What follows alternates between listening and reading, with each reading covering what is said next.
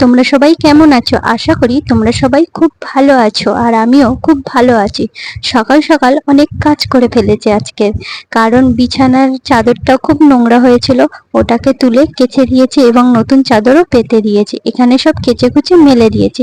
আর দেখো না, কাঁঠালে কি হয়েছে তা কি জান, কাঁঠালগুলো পাকার সময় হয়ে এসছে, কিন্তু ঠিক সেই সময় কালো কালো হয়ে যাচ্ছে, মনে হয় কাঁঠালটা নষ্ট হয়ে যাবে। দেখাই যাক কি হয়।